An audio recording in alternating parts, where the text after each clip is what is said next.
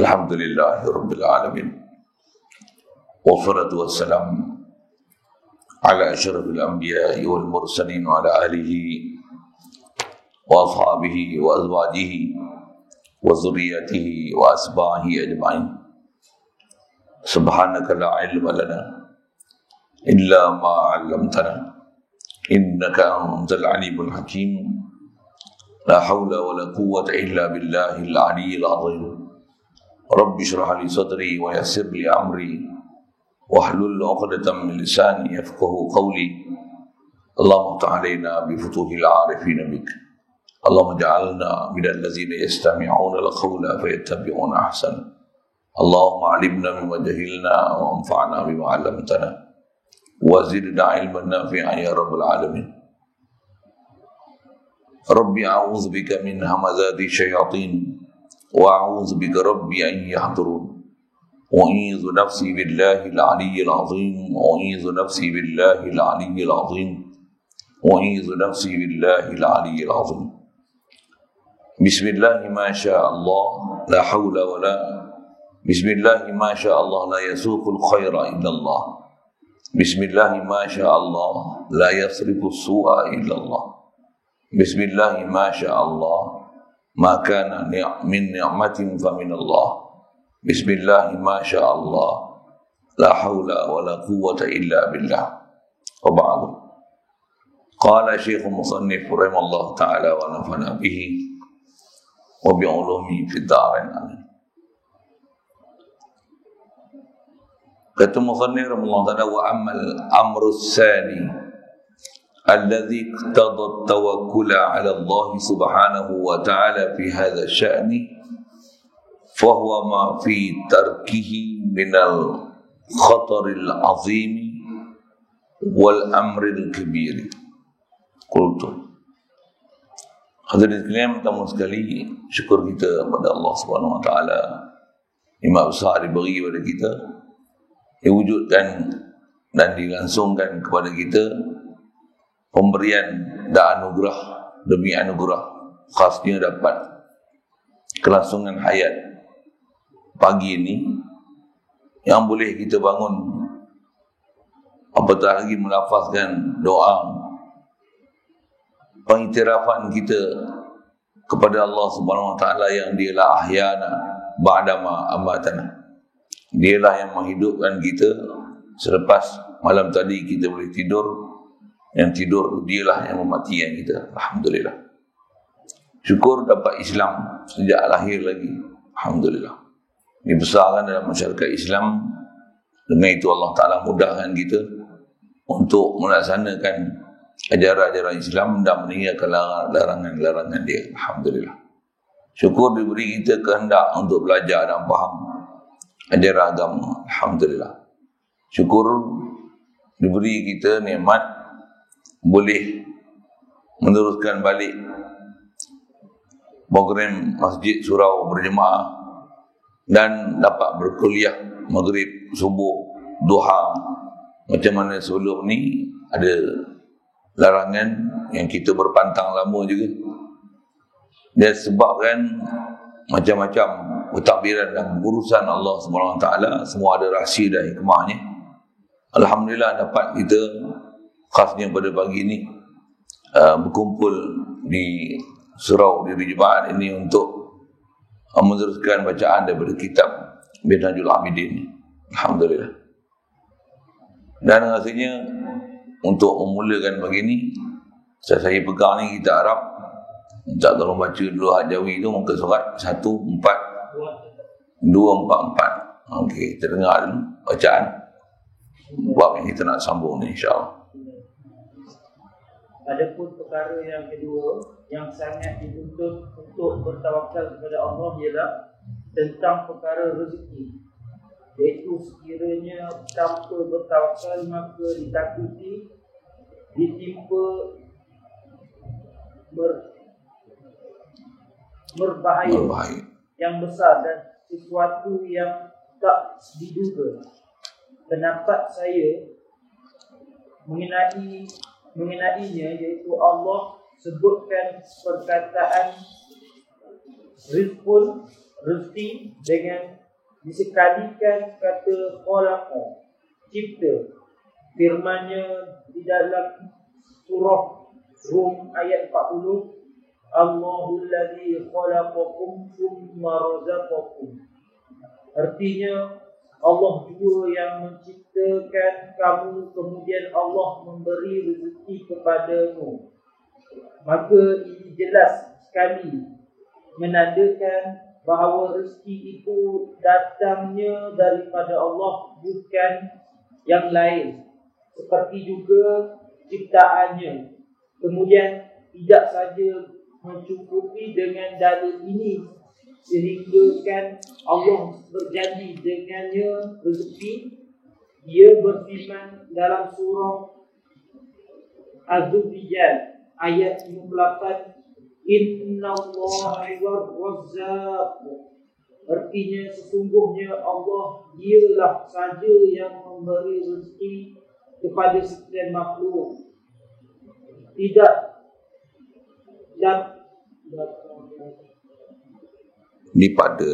Tidak dipadakan dengan berjanji ini, lalu dirinya jaminan pula.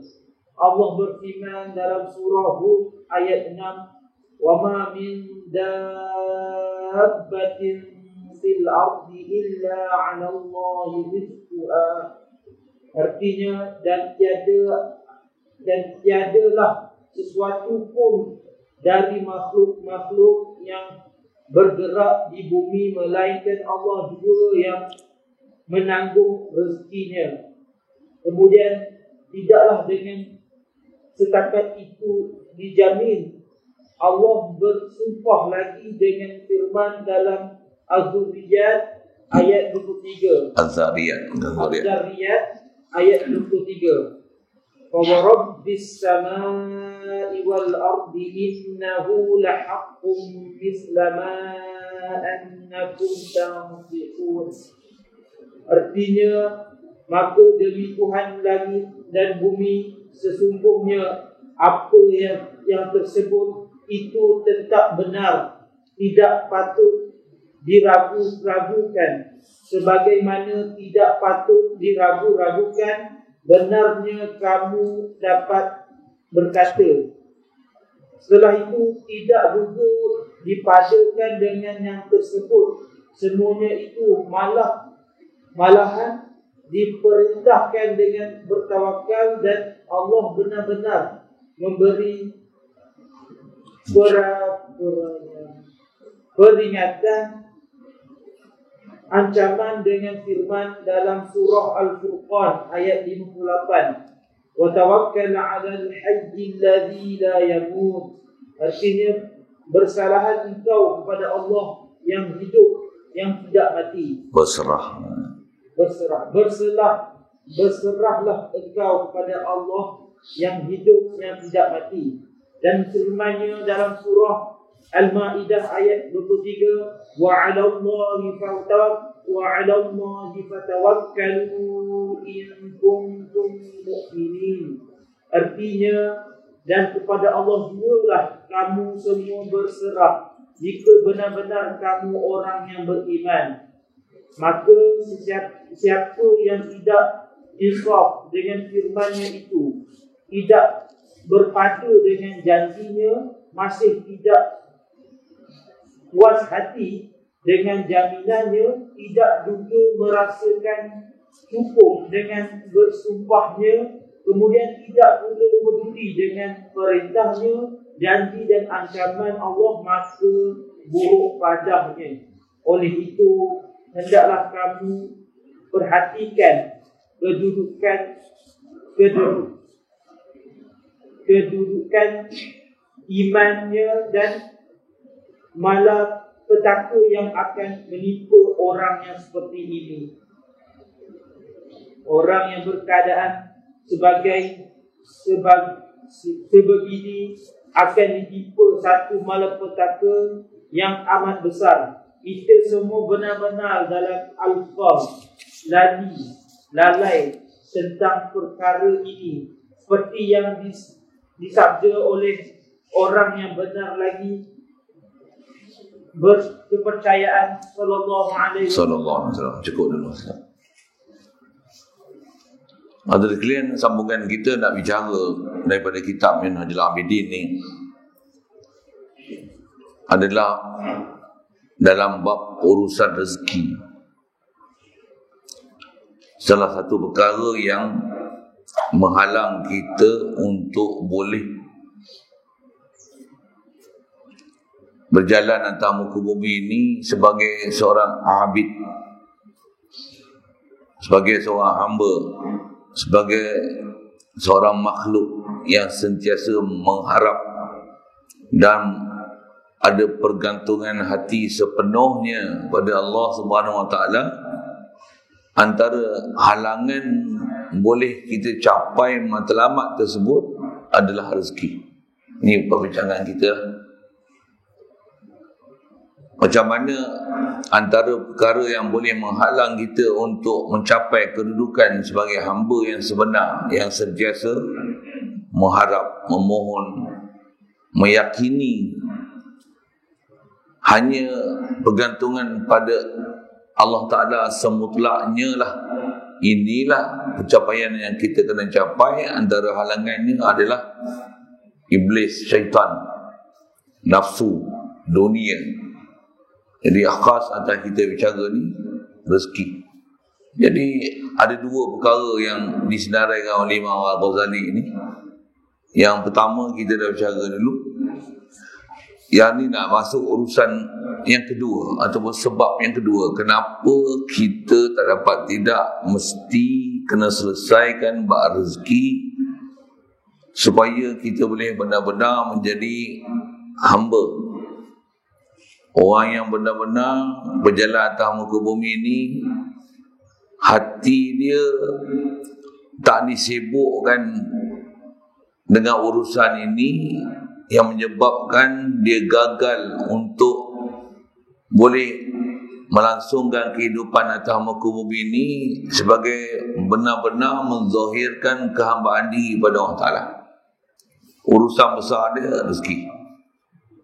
Kalau sebelum lihat apa yang disebut oleh Imam Ghazali, macam mana sekali lalu telah dibacakan terjemahan Jawinya tu, kalau kita perhati pada diri kita pun, hatta yang peristiwa yang kita masih dalam PKP ni, ramai orang yang jadi masalah pada dia, tambah pula sampai 3 bulan tak boleh kerja, tak boleh berniaga, merisau dan amat membimbangkan urusan rezeki.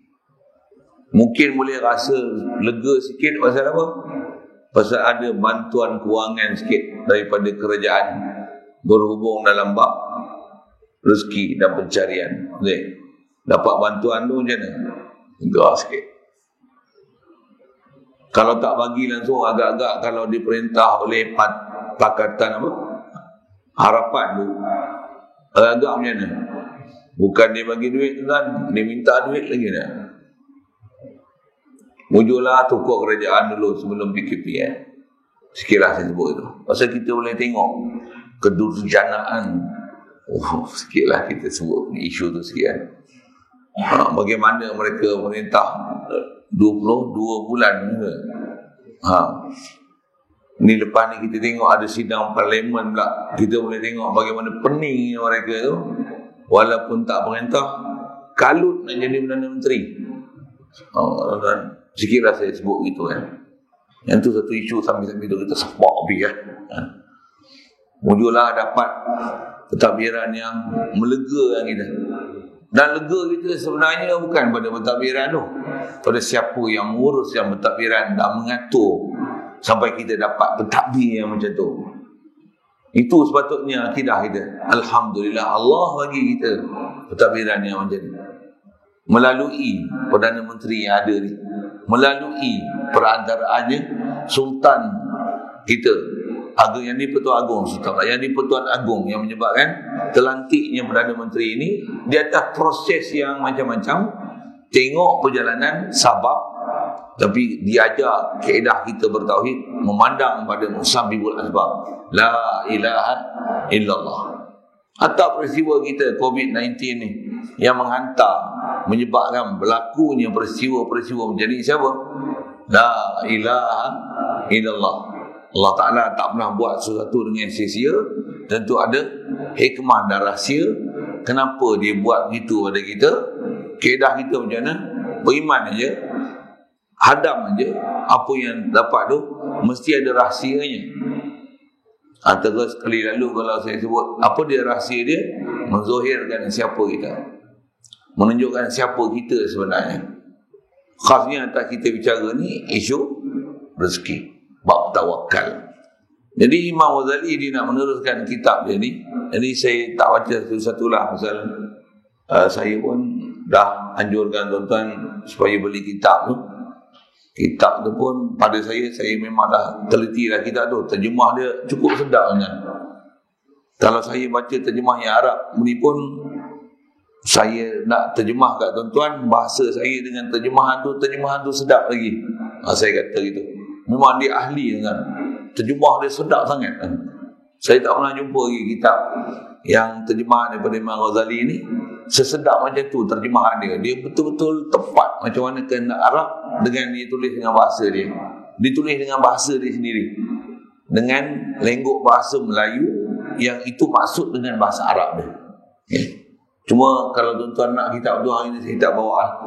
Dan tuan-tuan pun saya tengok ramai yang tak bawa pasal ada shock sikit kot. Hari ni ada kuliah subuh. Bukan shock. Saya pasal kabarnya ada kuliah yang banyak tak mulia lagi kat sini kan. Saya tengok penjarakan sosial pun terkejut sikit, shock juga. Kenapa? Jauhnya saya duduk tempat pekan lain pun kadang-kadang taklah sejauh macam kat sini, tapi sini saya kata jauh. Pasal kalau ikut kat luar pun dah tak ada penjarakan sosial macam mana dalam surau dan masjid dah. Tu kalau ikut tak cukup SOP tu. Kedai makan pun tak ada apa dah kan. Meja yang 4 orang boleh bubuh kerusi 6 orang boleh duduk, dan dia kata tak perlu penjarakan sosial lah. Yang penting kita jaga kita. Sikitlah saya gunakan isu tu. Okay. Saya asal nak cerita tentang kitab tu. Jadi kita ambil inti je lah. Pasal bacaan dah didengar. Dan memang pun kalau kita baca kitab word by word yang ada dalam tu pun, tuan-tuan pun kadang bukan peduli pun word by word tu. Dan pasal kita pengajian Masjid Surau ni, kadang-kadang orang tak peduli pun kitab apa. Yang peduli itu satu hal, alhamdulillah. Jadi kita terus straight to the point lah. Apatah lagi kita ni kalau ikut Majlis Agama Islam, dia masih letak SOP setengah jam aja kuliah subuh kan, macam tu lah. Tapi kalau ikut kat luar boleh dah majlis buat keramaian apa sampai 4 ke 5 jam dengan angka sampai 500 orang tak silap ni. Dan Masjid Surau Diri Jumaat pun dulu dalam dewan aja, sekarang dah boleh keluar dan boleh pasang kemah selagi dalam pagar kawasan surau. Jadi maksudnya dah dapat satu keluasan untuk kita melaksanakan. Cuma masih norma hidup yang baru yang turut bahasa. Jadi apa yang telah dibacakan tadi, Imam Ghazali nak menjelaskan kat kita bagaimana kemestian kita ni untuk merealisasikan sebagai hamba Allah Ta'ala supaya tak menggusarkan kita untuk menzahirkan kehambaan diri kita pada Allah Ta'ala adalah bab rezeki. Jangan sampai kita, kalau bahasa orang putih, tension bab rezeki sampai menyebabkan jadi halangan kita untuk taat ke Allah Ta'ala berpunca daripada rezeki. Tambah dia sebut satu-satu ni tuan-tuan. Kalau tuan-tuan faham masuk ayat Quran tu, ketor kita kan. Saya kata ketor siapa?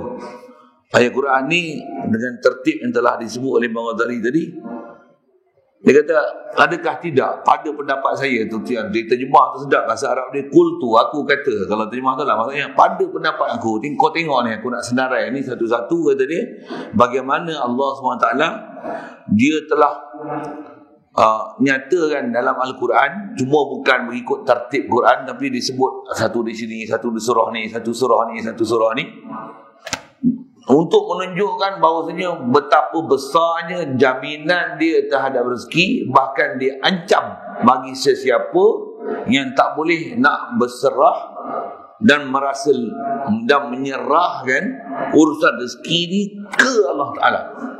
Dia tu, dia punya bahasa dia.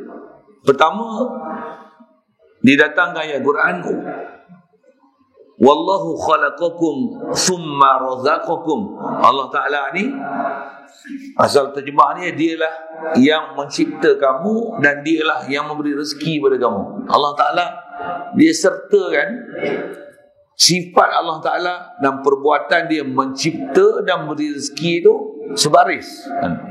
Dia tu buat bahasanya. Apa maksud istilah sebaris ni?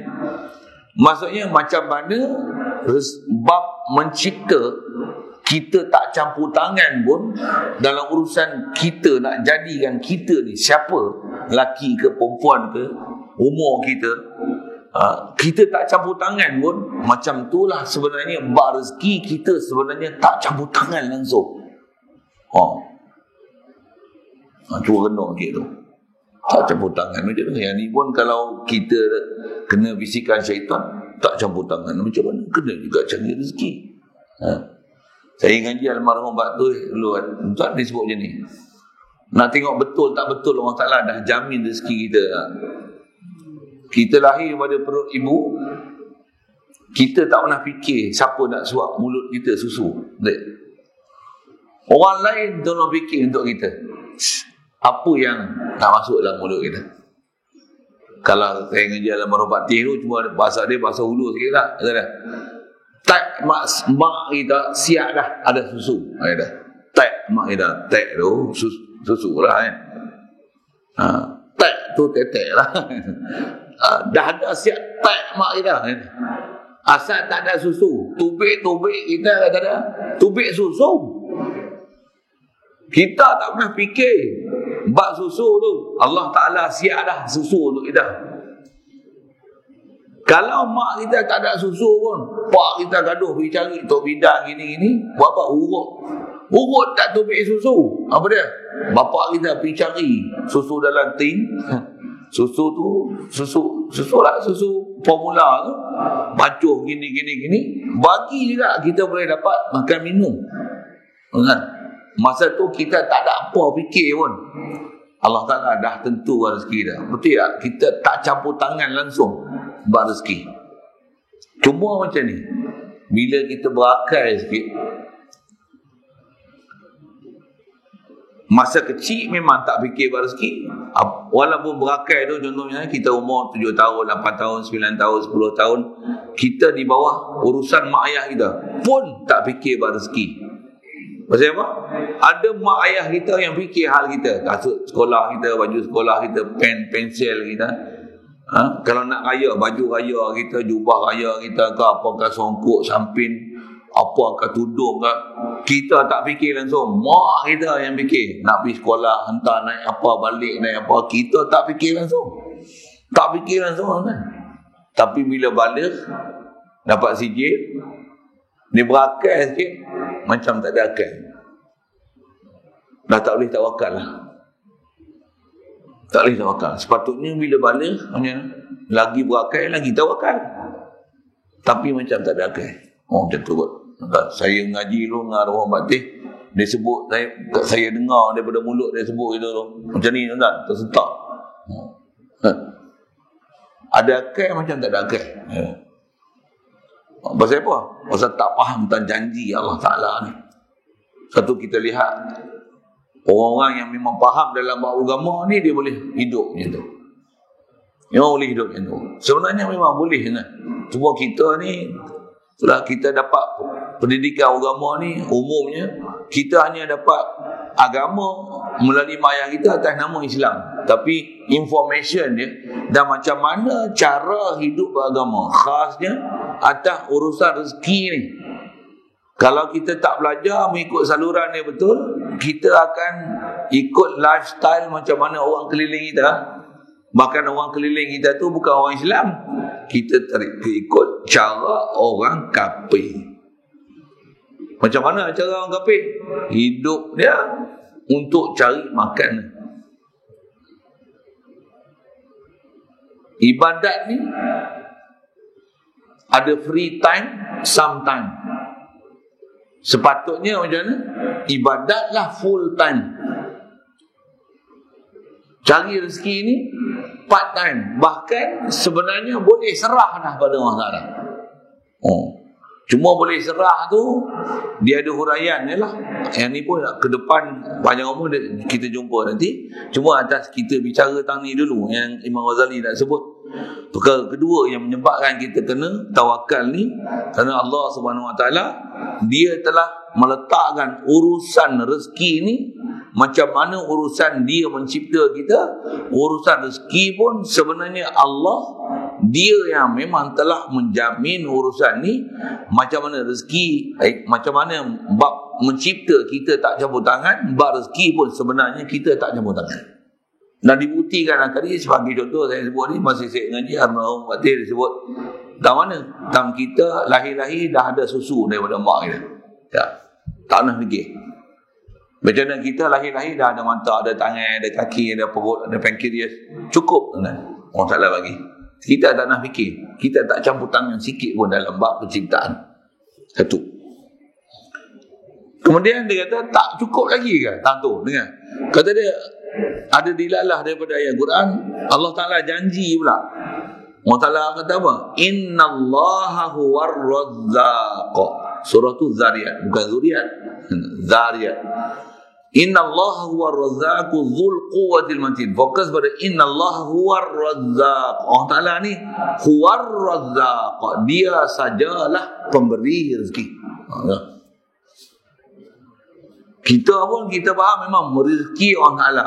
Tapi kita sebut je pemberi rezeki ni hanya Allah Ta'ala. Tapi kita ada syak buat rezeki. Maksud syak macam mana? Kita nak campur tangan, nak ambil bahagian juga. Supaya nak seolah-olah kita nak cari sabab nak jamin rezeki. Sedangkan Allah Ta'ala kata huwar razzaq. Kalau kita belajar bahasa Arab kan, dia ada makna hasri situ. Allah kalau kata la ilaha illa huwal hayyu, apa maksudnya? Allah saja hidup. Makhluk ni asal semua mati. Ni hidup, bukan hidup. Allah lagi hidup. Maksud huwa tu saya nak sebut. Dia makna hasri. Huwal hayyul qayyum. Ni huwar razzaq. Dia sajalah pemberi rezeki. Kita tak boleh bagi rezeki. Bos tak boleh bagi rezeki. Tak boleh. Maksudnya apa? Kita bukan memberi rezeki. Kita diberi rezeki. Cuma ke atas kita, atas proses, saya sebut ini, ada sebab dapat rezeki. Itu dia. Bahkan ulama-ulama kita dulu tuan-tuan, mereka ni di atas tarbiyah dan faham mereka dalam bab agama, mereka ni melalui proses latihan yang sangat sempurna, mereka akan istilahnya Allah melatih diri mereka ni untuk meyakini macam mana untuk boleh yakin sungguh memang Allah bagi rezeki. Sebab macam tu tuan, dia punya latihan tu. Saya nak sebut tu lagi bukan level kita kan. Sebut contoh lah, sebut baik kan. Saya sebut.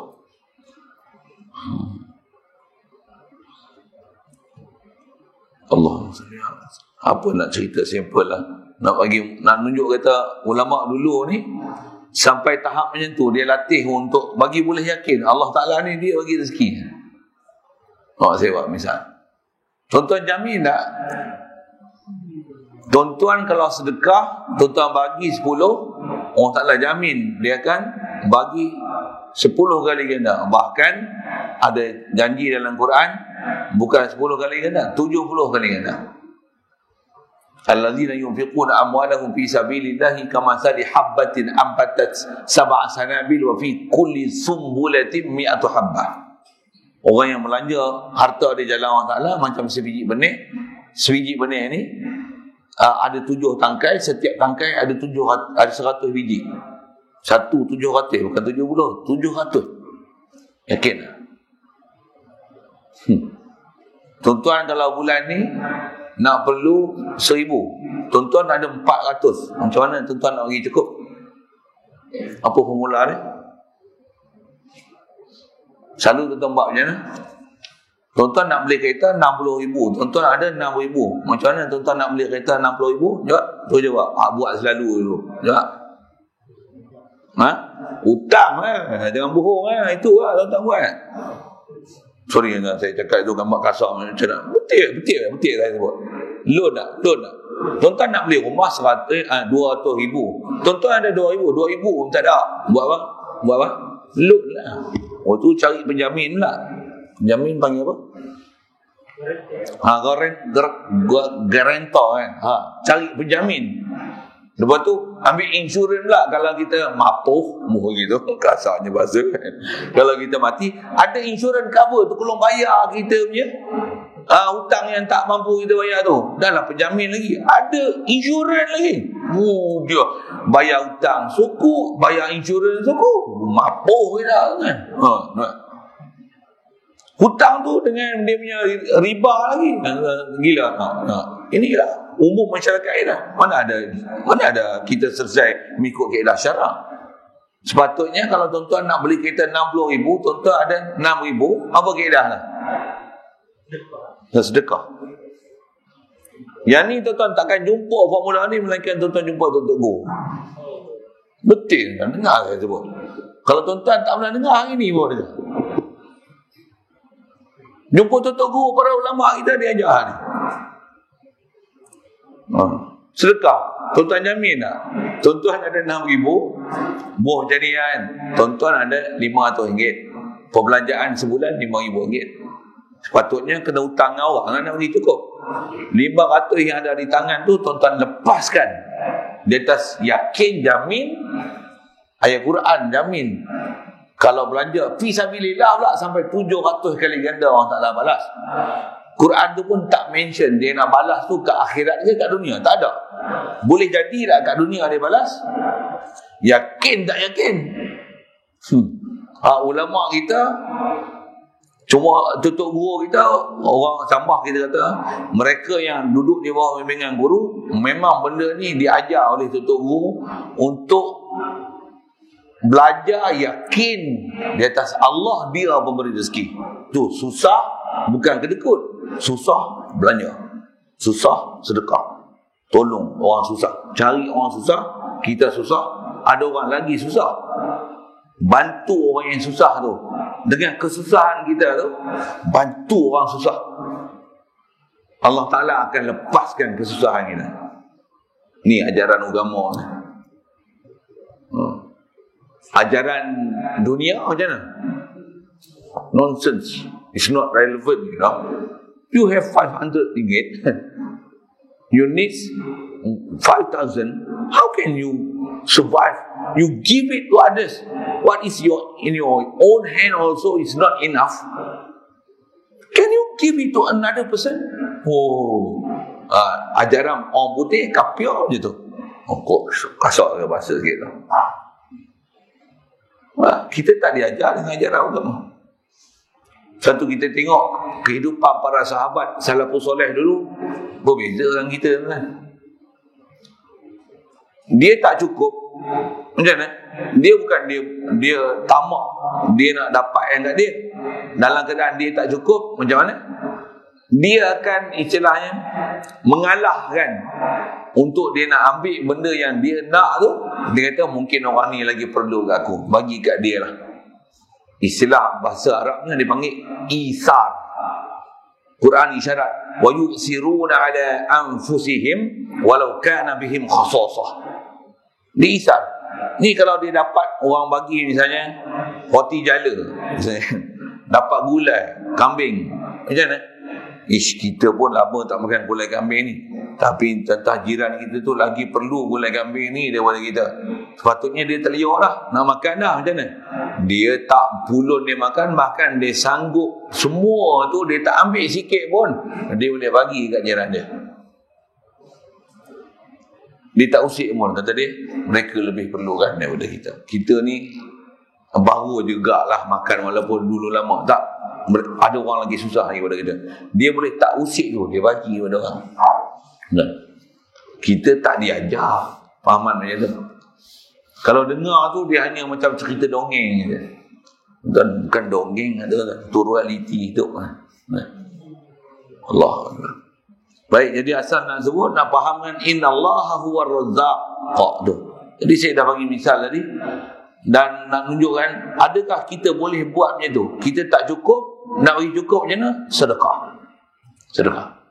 Contoh dalam PKP ni, tuan-tuan tak ada berniaga, tuan-tuan tak ada duit, income masuk, duit duk keluar.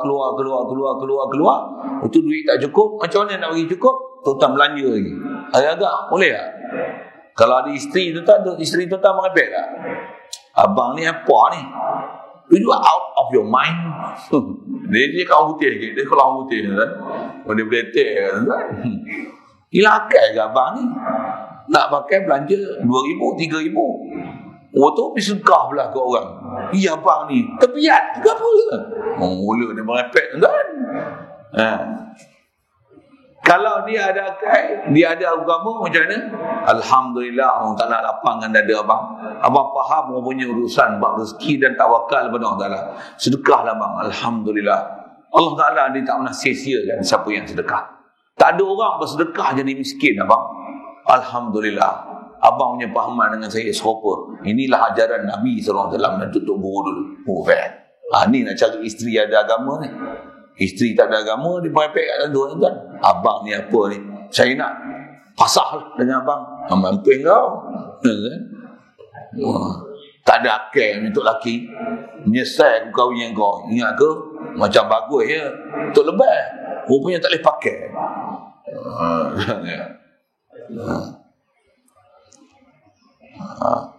Lagi itu asal nak sebut ada ayat Quran Allah Ta'ala dia mentionkan dialah saja pemberi rezeki. Kita kadang-kadang tuan dengar saya sebut yang ni pun saya ngaji untuk guru sepak gitu je. Kita bila tak ada duit syukur, bila ada duit rasa tak kita tolong orang? Betul juga.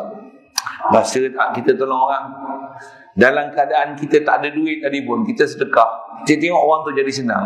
Rasa tak kita bagi kat dia pemberian tu, kita rasa kita lah menyebabkan dia jadi senang. Rasa tak? Muka tak malu. Tak mana muka tak malu? Kita rasa kita lah memberi sesuatu kepada dia. Padahal bukan kita beri. Kita laluan pemberian Allah Ta'ala untuk dia dapat. Kita bukan duduk kedudukan Razzaq lu. Nah, pemberi rezeki tak? Allah saja pemberi rezeki. Kita laluan. Kalau kita bagi orang, kita laluan untuk orang tu dapat rezeki. Bukan kita pemberi rezeki. Tapi kita ada perasaan nak mendawa tau. Tu akulah tolong tu. Tambah pula kita punya pangkat tinggi YB ke apa, Member of Parliament pula tu kata dia. Tengok. Saya telah mengatur struktur negara begini. Inilah bantuan yang telah kita berikan. Dengan sebab tu, inilah hasilnya, kemajuan. Betul kan? Macam tu, ada sifat kita, betul tak? Kalau orang beriman macam mana? Walaupun dia agih macam mana? Ada qasimun, Allahu war-razzaq. Aku ni tukar agih je. Allah yang bagi. Dan bila dia bagi, tak pernah kering apa yang ada di tangan dia. Dia bagi, datang lagi. Bagi, datang lagi. Dia ibarat air sungai, cedok, datang lagi. Cedok, datang lagi. Kalau tuan-tuan tak cedok bagi, air sungai tetap mengalir. Cedok. Campur. Lagi banyak cedok, lagi banyak gambus. Lagi banyak air datang. Tuan-tuan tak cedok, tak bagi orang pun, air tetap mengalir. Macam tu bahasa tutup guru ni. Nak faham tu.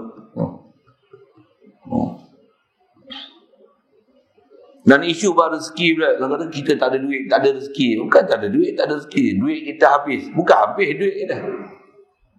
Kita duit tak habis banyak tu yang kan. Cuma dia bertukar tangan. Rezeki ni. Rezeki ni dia bertukar tangan. Dia bukan habis. Boleh faham macam tu? Kereta kita. Itu orang lain ambil, mencuri ke apa. Dia bukan habis. Dia tukar tangan. Ada jalan halal, ada jalan haram. Betul lah. Jadi Untuk kata nama rezeki ni, macam mana supaya rezeki itu yang kat tangan orang boleh dapat kat kita? Apa jalan dia? Sikit ke sana. Untuk fikir tu. Baik, lagi. Kata dia, dua dah. Yang ketiga dia sebut. Kata dia, Allah Ta'ala tak memadakan, tak padakan dengan hanya dia sebut, dia mencipta, dia bagi rezeki, dialah hanya pemberi rezeki. Allah Ta'ala mentionkan sekali lagi dalam ayat lain. وَمَا مِنْ دَابَّةٍ فِي الْأَرْضِ إِلَّا عَلَى اللَّهِ رِزْقُهَا. Asal terjemah tu, tidak adalah daripada apa-apa, mana-mana haiwan yang melata di atas muka bumi, melainkan Allah jamin rezeki dia. Ibarat pakai dalam Quran tu apa? Alallahi rizquha. Uslub bahasa Arab ni tajam kan? Apa maksud alallahi rizquha? Bahasa kita nak sebut bahasa kita ni, aku jamin mana-mana makhluk yang bernyawa, yang istilahnya nyawa, dia boleh bergerak, dia perlu makanan, aku jamin rezeki dia. Satu tutup guru sebut apa? Ulat dalam batu pun ada makanan.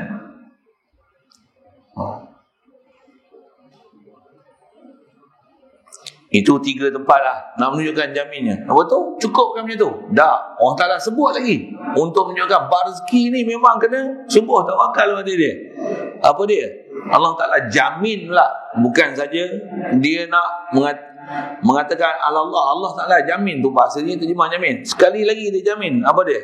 Fa rabbis samai wal ardi innahu lahaqqum misla ma annakum tantiqun. Asal terjemahnya, jadi nak cerita apa? Allah Ta'ala selain daripada dia jamin, dia datangkan dengan lafaz bersumpah. Demi langit dan bumi, demi Tuhan langit dan bumi. Maksudnya Allah Ta'ala bersumpah dengan diri dia. Innahu lahaqqun. Domir innahu tu maksudnya, ada ulama kata domir tu pasal depan tu, sebelum tu sebut rezeki.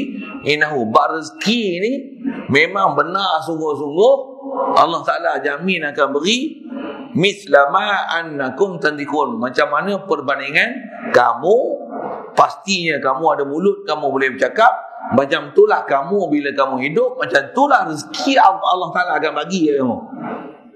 Macam tu maksud dia. Dan Allah Ta'ala datangkan jaminan dia nak bagi rezeki tu dengan pernyataan bersumpah kan. Siapa bersumpah? Mahdi bersumpah, PM kita bersumpah, kita bersumpah, hakim bersumpah, dan Allah bersumpah. Cuma kita tak faham nilai Allah bersumpah tu. Allah bersumpah wal asri wad duha ni, fa rabbis samai wal ardi innahu lahaqqum mislama annakum tantiqun. Kalau orang faham macam mana, masya-Allah. Sampai Allah datang kenyataan bersumpah ni, kita tak mau pakai juga. Nak jadi apa kita ni?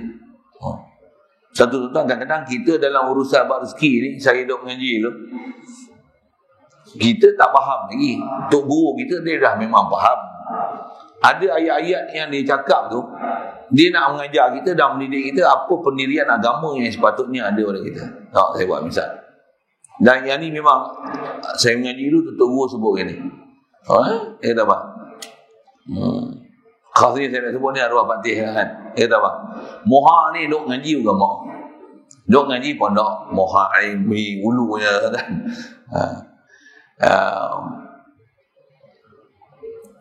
Bila Moha duk ngaji agama ni kata dia, tosah duk bimbang lah bab rezeki. Pasal apa? Pasal orang agama ni ialah orang yang sepatutnya boleh tawakal dalam bab rezeki. Allah SWT. Apa saya nak sebut ni? Dia nak sebut tentang dia punya janji tu. Orang yang tak buat kerja agama, hak tak sembahyang pun dia bagi makan.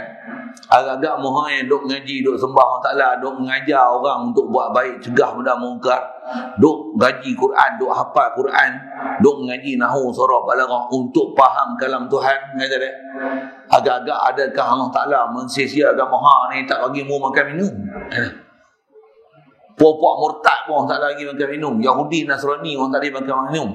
Babi pun ada makan minum. Takkan mu orang tak lagi makan minum. Tak tahu ayat tu guru. Oi, tuan-tuan tak tahu. Kalau tuan-tuan dengar, tuan-tuan lah jadi anak murid kalau masa tu jadi macam mana? Allah. Astagfirullah. Baik. Lagi dah bersumpah dah, tak cukup lagi. Dari sudut kata Allah Ta'ala ni, dia nak tunjuk kata memang rezeki memang sungguh kena serah dari dia.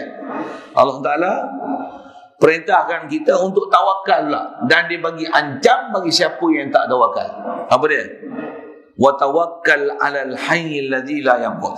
Pertama, Allah Ta'ala bagi arahan, wa tawakkal, kamu tawakallah, bertawakal sungguhlah ke Allah Ta'ala, yang Allah Ta'ala dialah hidup dan dia tak pernah mati. Perintah nak tengok tak mana?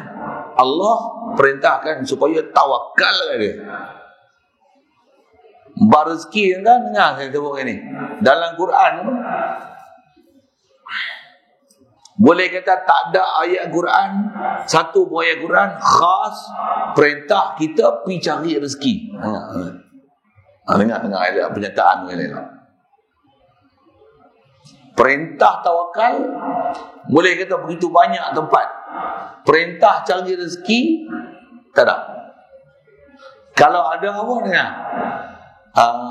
Kita aja faham yang tu perintah cari rezeki. Selalunya orang buat dalil ayat Quran tahu mana? Perintah cari rezeki ni. Surah Jumaah. فَإِذَا قُضِيَتِ الصَّلَاةُ فَانْتَشِرُوا فِي الْأَرْضِ وَابْتَغُوا مِنْ فَضْلِ اللَّهِ. Apa dia? Bila dah selesai sembahyang Jumaat, bertabiranlah kamu ke bumi. Itu sama. وَابْتَغُوا مِنْ فَضْلِ اللَّهِ. Carilah limpah kurnia Allah Ta'ala. Apa saya kata tadi? Tak ada ayat Quran perintah cari rezeki. Tu ada ustaz? Dengar elok. Kebanyakan kita yang bagi huraian wabtaghu min fadlillah tu rezeki. Kebanyakan ulama tafsir kata min fadlillah tu carilah limpah kurnia Allah Ta'ala. Fadlillah tu bukan rezeki. Pasal rezeki dia bukan fadlillah. Fadlillah ni ilmu. Fadlillah ni taat.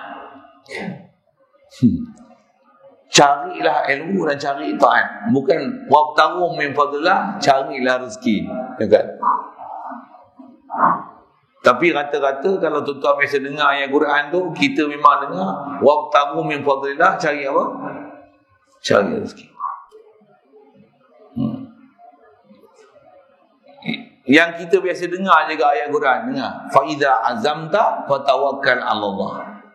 Bila kamu dah berazam, tawakallah pada Allah Ta'ala. Ayat tu besarnya suruh azam ke suruh tawakal? Maksudnya suruh buat sebab untuk tawakal ke suruh tawakal dulu? Tawakal dulu. Maksudnya azam tak buat lagi pun tawakal dah. Bukan dah buat baru tawakal. Bukan. Saya nak syarah sesuatu panjang, cukup saya sebut gitu katanya. Cuma nak sebut ayat Quran ni Allah Ta'ala perintahkan tawakal.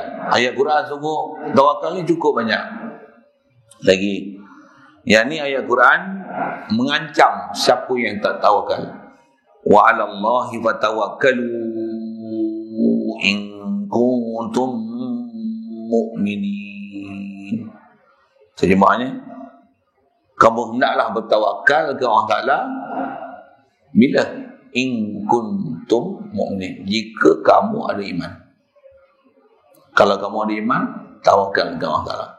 Jadi kalau tak tawakal, sebenarnya kau tak ada iman. Ada iman tak ada iman? Ada. Kalau ada iman, apa sifat orang beriman? Tawakal ke Allah Ta'ala. Kau tawakal tak tawakal? Dan sampai ancam ni buat iman ni, maksudnya siapa tak tawakal macam mana? Diskualifikkan dia daripada senarai orang mukmin. Allah, dan main. Apatah lagi kita belajar dalam bab akidah macam mana? Kita kalau ada duit 1 juta pun dalam tangan, kita bukan berpegang dengan duit 1 juta. Kita berpegang dengan siapa bagi kita 1 juta.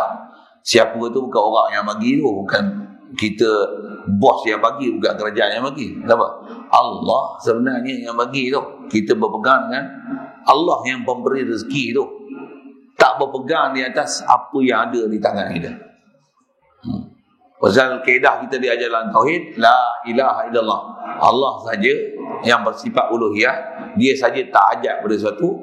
Semua makhluk berhajat, kita berhajat. Duit yang ada kat tangan kita pun berhajat kat kita. Duit yang ada kat tangan kita pun perlu kilang untuk cetak dia. Duit pun ada satu tempat ketika dia tak laku. Duit pun dia makhluk, dia pun berhajat pada benda lain, kita pun berhajat kat duit. Jadi takkanlah duit pun berhajat kat kita berhajat kat duit, kita boleh tawakal dan yakin dengan duit yang ada di tangan kita. Tak kena. Tak kena. Nak tawakal mesti kepada zat yang dia tak hajat pada sesuatu. Kalau kita berhajat kat matahari pun, matahari berhajat kepada Allah Ta'ala untuk dia jadi matahari. Bukan berhajat kat matahari, berhajat kat Allah Ta'ala. Matahari sebab untuk dapat hajat. Cuba akidah. Lepas kita dalam kehidupan ni tuan, benda besar kita kena belajar akidah tu. Jadi kita belajar macam kitab Imam Minhajul Abidin, Imam Ghazali ni apa? Nak betulkan perjalanan macam mana untuk jadi orang berakidah supaya jadi abid. Betul-betul istilahnya kenal Allah Ta'ala dan hidup menzahirkan kehambaan diri dan keberhajatan kita pada Allah Ta'ala 24 jam. Antaranya rezeki, tawakal. Sekalipun kita orang kaya, kita tak berpegang dengan kekayaan kita. Satu, Sultan Muhammad Al-Fatih. Ni kadang-kadang benda ni dalam WhatsApp lah ni pun dia orang duk sebarkan. Apa dia? Dia waktu dia meninggal, dia wasiat. Kata dia, aku meninggal nanti, sebelum nak ke bumi, ke dalam yang lahat aku, kata dia, nanti bila aku dah dibunuh dalam kosong, kapan aku nanti masuk dalam kubur satu hal lah. Tapi masa aku dibunuh dalam keranda, tangan aku, kata dia, kedua belah tangan ni bawa keluar pada keranda macam ni. Buat apa? Sultan kan, bukan Sultan kita, bukan Sultan Sultan Muhammad Al-Fatih, Sultan yang boleh menakluk kota Konstantinopel yang Rasulullah jamin. Dia kata ni'mal Allahumma salli alaihi wasallam, ni'mal Fatih ke lupa lah. Allahumma salli alaihi wasallam. Ni'mal jaishu, dia sebaik-baik askar dan sebaik-baik tentera, sebaik-baik pemerintah. Raja ni lah yang akan menakluk kota Konstantinopel. Maksudnya orang yang pernah Rasulullah isyarat, ini mujizat Rasulullah SAW, orang ni boleh menjatuhkan kerajaan Konstantin apa? Rom lah. Saya pun tak apa-apa kan. Duk sebut ya. Kerajaan Rom macam Amerika dan Rusia, Perancis, Britain tu, Malaysia jatuhkan kerajaan Amerika. Yang tu kot bahasa dia. Kerajaan Islam boleh menjatuhkan kerajaan Konstantin. Sultan tu dengan kemegahan yang ada pada dia, ketenteraan, tentera dan sebagainya, atas keranda tangannya ni. Nak bagi tahu rakyat dia apa? Kalau aku sultan hebat macam mana pun, bertemu dengan Allah Ta'ala tangan kosong. Jadi yang nak berisi apa? Bukan apa di tangan, tapi apa dia nak hati. Iman kamu berpegang dan mengiktimat ke siapa?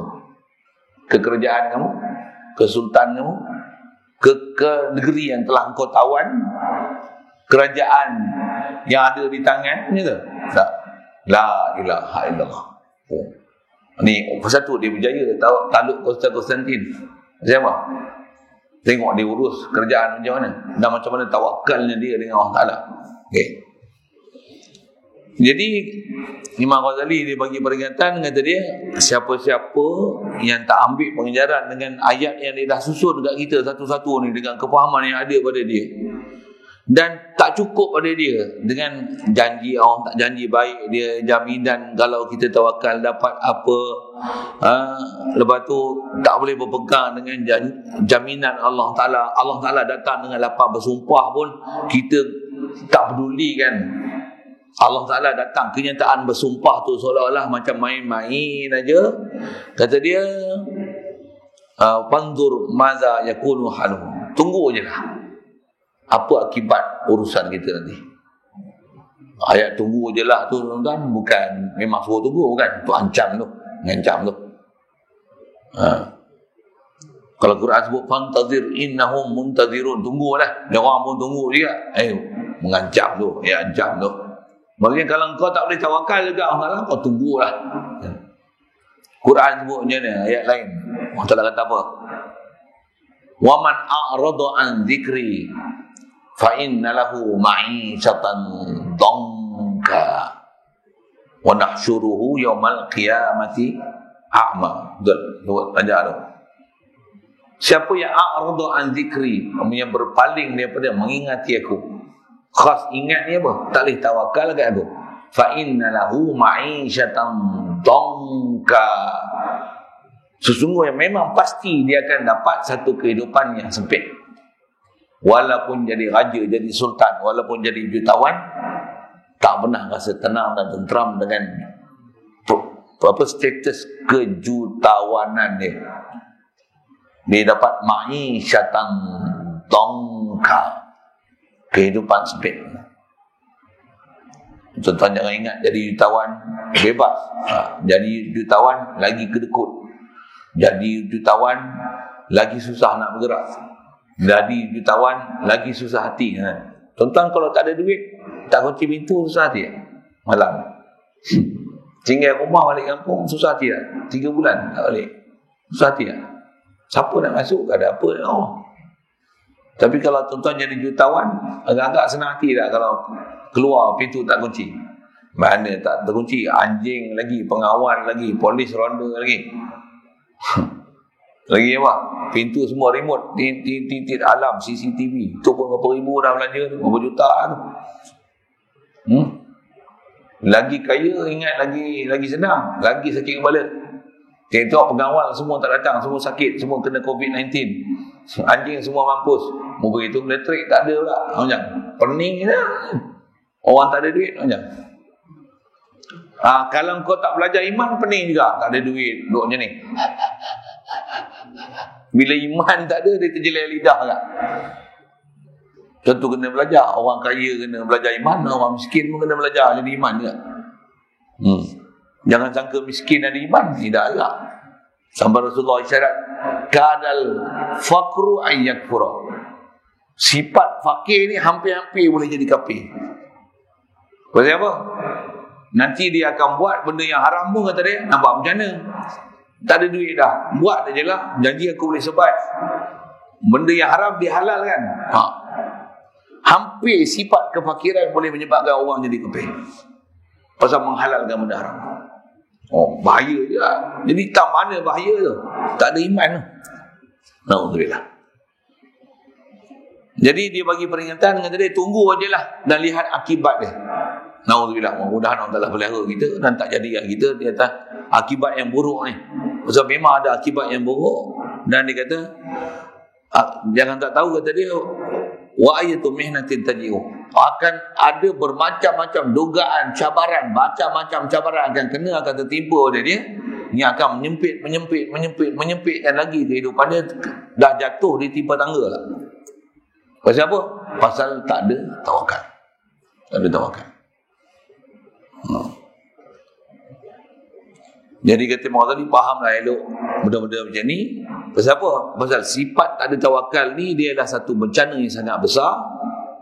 Dan kita ni sebenarnya, kata Imam Ghazali, ni Imam Ghazali kata ni, kata dia, wa nahnu minha fi qaflatin azimah. Imam Ghazali tuan-tuan, tawaduknya dia kata apa? Kita dalam urusan rezeki nak tawakal ni, kau salah, kita dalam kelalaian dan kealpaan yang sangat besar. Siapa yang mengaku lalai dan alpa ni siapa? Imam Ghazali kan? Tuan-tuan tahu Imam Ghazali ni siapa? Hujjatul Islam kan? Dah wafat dah pun, meninggal dah pun. Mati dalam keadaan sangat mulia dah, betul. Dia kata apa? Dia pun dalam keadaan lalai. Dia kata dia benda pula, kita ni duduk lalai banyak ni dalam bab tawakal ni. Tuan, berapa ratus tahun dah dia tinggalkan kita. Kalau dia pun zaman dia kata dia lalai, tuan syarah sikit, kita ni tawakal ke? Yang tu yang kalau kita semak, jangan timbang bab tawakal lah tuan. Allah pun kita tak kenal lagi sebenarnya. Allah pun kita tak faham ni. Sebab Allah pun tak ada apa-apa dalam hati. Tambah nak ada boleh berserah diri. Pergi jauh tuan. Saya sebut ujung ni. Tuan-tuan kalau jadi bapa, ada anak perempuan sekarang. Yang ni saya ngaji dapat cara berfikir Tok Guru India punya Hyderabad punya mereka. Tuan-tuan jadi bapa, ada anak perempuan, tuan-tuan nak cari menantu macam mana? Nak bagi kahwin dengan anak perempuan. Tuan-tuan nak tengok apa dulu? Mesti tengok zat dia dulu. Siapa calon lakinya? Lepas tu tengok apa? Tengok sifat dia. Nipu ke? Khianat ke? Kalau nisbah dia punya kegiatan, dia parti apa? Kopi lah, itu lah. Menyambil. Lepas tu tengok apa? Tengok afal dia. Dia kerja apa? Nak jadi menantu ni. Lepas tu tengok apa belongings dia, pemilikan dia, milkiat dia. Harta dia apa? Kereta dia apa? Apa benda yang ada? Rumah ada berapa biji? Mesti tengok zat dia dulu. Jadi tempat yang kita akan rasa lega kalau kita sebagai bapa ada anak kita perempuan nak buat menantu, kalau menantu kita tu zat dia hebat, sifat dia sempurna, kerja dia, pemilikan dia sempurna, lega tak nak serah kan anak perempuan kita kan lelaki ni untuk jadi menantu kita? Lega tak? Lega tak? Kalau dia bagi kat belebay pondok je agak-agak macam mana? Apa dia ada? Kerja apa dia boleh buat? Sijil apa dia? Rupa boleh keh. Dua kali sabar, dua kali kepiah. Tak nampak berwawasan langsung. Saja saya sebut macam tu lah. Menyindir tu. Saya kata apa? Tuan-tuan nak tawakal kata apa? Duit. Apa sifat yang ada kat duit? Duit ada perbuatan apa? Duit ada milik apa? Zat yang tempat kita nak bergantung apa? Zat Allah. Allah lah zat sempurna. Sifat yang paling sempurna, Allah lah memiliki sifat sempurna. Perbuatan Allah lah perbuatan sempurna. Tak ajak apa benda pun. Milik, semua makhluk milik Allah Ta'ala. Tempat untuk kita rasa lega ni, untuk kita bertawakal ni siapa? Allah, zat Allah Subhanahu Wa Ta'ala. Nak tawakal dekat zat duit, nak tawakal dekat emas perak, nak tawakal dekat bos kita, apa zat dia? Minasa, sakit, demam, pening, boleh jadi apa-apa kerana, boleh jadi khianat, silap lumpuh, stroke, tak boleh kerja, harta pun silap rumah terbakar, silap dihisap bankrupt. Yang tak bankrupt siapa? Allah. Yang boleh buat kun fayakun siapa? Allah. Fikir elok. Satu kita tuan dapat guru yang ajar akidah kita betul-betul dia bagi misal tu cukup untuk mematangkan kita. Mudah-mudahan dengan sedikit cerita macam tu menambahkan lagi, kenal kita siapa Allah Ta'ala, yang kita memang kena tawakal pada dia. Cuma ada pelajaran dia. Cuma taklah dengan kita belajar ni tuan-tuan berhenti kerja. Duit tuan-tuan semua sedekah, rumah tuan-tuan lelong, kereta pun sedekah kat ustaz-ustaz yang tak ada kereta tu, tak mau bagi miskin, tuan-tuan duduk bawah jambatan aja. Bukan macam tu natijah pelajaran bagi ni. Bukan jangan buat gitu Kalau tuan-tuan nak bagi kereta pun, saya nak kereta tu. Kalau tuan-tuan nak bagilah. Apa minta sedekah ke apa ni? Tak, kalau tuan-tuan nak buat. Kata gitu. Tapi bukan natijah pelajaran ni hari ni.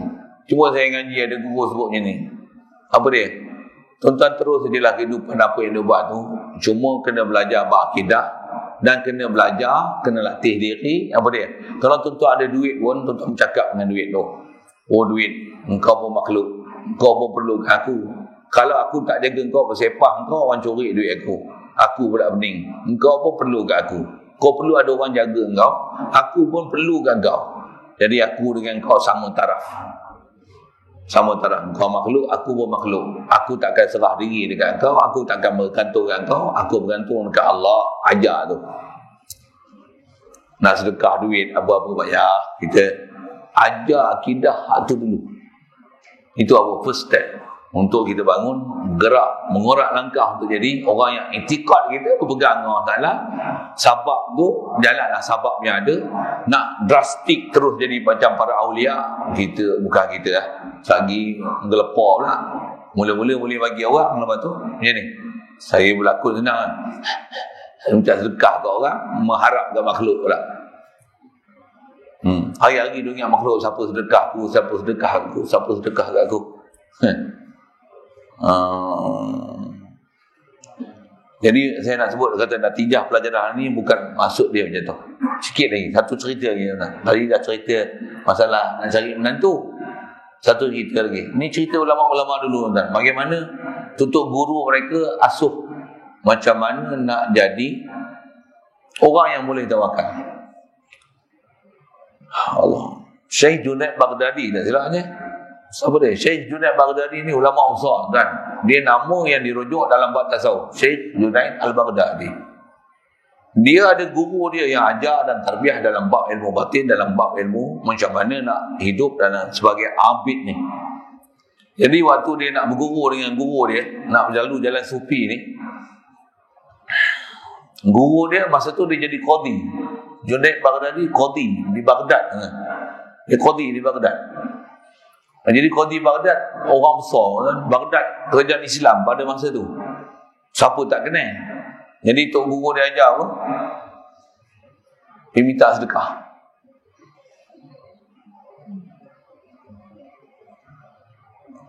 Ikut je lah kan, tok guru nak ajar. Agak-agak kan minta sedekah. Apa susah? Pergilah minta sedekah. Pergilah minta sedekah. Qadi lah minta sedekah. Kalau duduk tepi jalan, qadi yang kita kenal minta sedekah, tuan-tuan tolong lah. Tolong lah. PTA Ipoh lah kalau tuan-tuan kenal PTA Ipoh. Tu sahabat PTA Ipoh nama saya lah. Senang tak kira orang marah pula kan. Tuan-tuan kenal saya. Tengok saya minta sedekah. Tuan-tuan bagi bantuan tak? Ustaz minta sedekah ni. Jom bantu dia. Jadi ikut Syekh Junaid Baghdadi masa dia ada latihan untuk tawakal ni. Mula-mula hari pertama minta sedekah, tak takut pun mak kata, berguni-guni buat balik duit. Tak apa, dah selesai ke tarbiyah? Belum lagi. Dah tawakal ke? Belum lagi. Dia suruh berhenti jadi qadi, dia minta sedekah. Tak apa. Hari pertama, berguni-guni buat balik duit kan? Tapi tok guru punya arahan apa? Kau minta sedekah. Belum selesai lagi urusan pembelajaran kau dan tarbiyah macam mana nak tawakal ke Allah Ta'ala. Nak ajar tawakal ni. Nak ajar tawakal. Minta sedekah. Macam mana? Dah hari-hari Tok Qadi minta sedekah. Bekas Tok Qadi, mantan Tok Qadi minta sedekah. Agak-agak macam mana? Hari-hari minta sedekah pejadah. Sampai tahap macam tu. Selalu 2-3 guni buat balik. Makin kurang. Sampai satu tahap tak ada siapa pun bagi pemberian apa-apa kat dia di tepi jalan.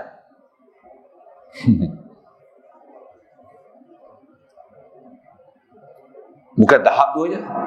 Tapi tugas tak selesai lagi. Maksudnya nak ajar tawakal tu. Betul macam mana? Bukan saja orang tak bagi apa-apa, orang paling batu lagi. Paling taik lagi. Lalu orang maki, orang ludah lagi. Tok Qadi tak guna, celaka. Dia minta sedekah. Dah ada jawatan banyak, tinggi bagus-bagus, dapat kedudukan, pergi tinggal, minta sedekah. Orang ludah kan. Kau kenal tak? Masa tu dia mengadu kat guru dia. Engkau mengadu lah laporan yang kena beri kan. Kena ludah hari ni. Kena maki hari ni. Kenal tak siapa engkau sekarang? Engkau nak rujuk ke siapa? Harta engkau ni. Pangkat engkau ni. Menangis kan. Baru nak belajar tawakal. Siapa kan? Syekh Junaid Al-Baghdadi kan. Kita ada latihan tu. Tak payahlah latihannya tu. Tuan-tuan ambil je latihan saya dah sebut tuan-tuan tadi. Nampak je duit, duit. Engkau bermakhluk, aku bermakhluk. Sama-sama kita makhluk. Bahkan aku lagi mulia makhluk. Takkan aku tawakalkan kau. Bodohnya aku sebagai makhluk. Engkau tawakal kat aku, tak apa, betul. Aku tawakal kat kau, tak kena macam tak ada akal je aku. Aku mesti tawakal kat Allah Ta'ala. Kau ni sabab aja laluan untuk aku dapat sesuatu. La ilaha illallah. Mesti betul kan akidah. Nak jadi wali tu okey. Jauh. InsyaAllah kita sambung nanti. Yang ni kita cerita ni semua dia bagi misal ayat Quran. Jumpa nanti dia akan sebut hadis pula daripada sabda Nabi SAW. Masih cerita buat tawakal. Allahuakbar. Bismillahirrahmanirrahim. Allahumma nawwir qulubana bi nur hidayatika kama nawwartal arda bi nur syamsika abada. برحمتك يا أرحم الراحمين وارزقنا فهم النبيين وحفظ المرسلين وإلهام الملائكة المقربين وسلم تسليما على جميع الأنبياء والمرسلين والحمد لله.